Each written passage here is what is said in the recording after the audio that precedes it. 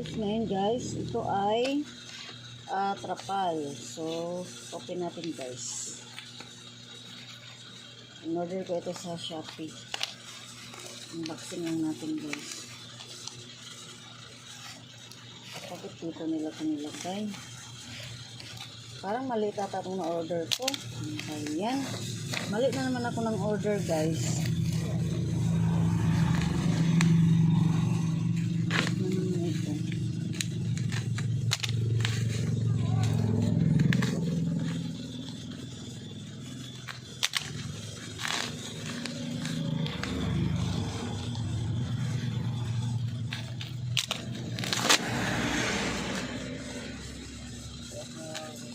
Ano yan? Sting.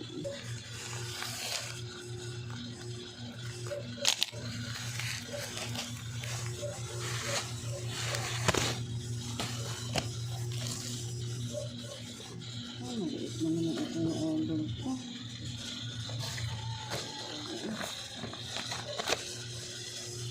Maliit siya guys.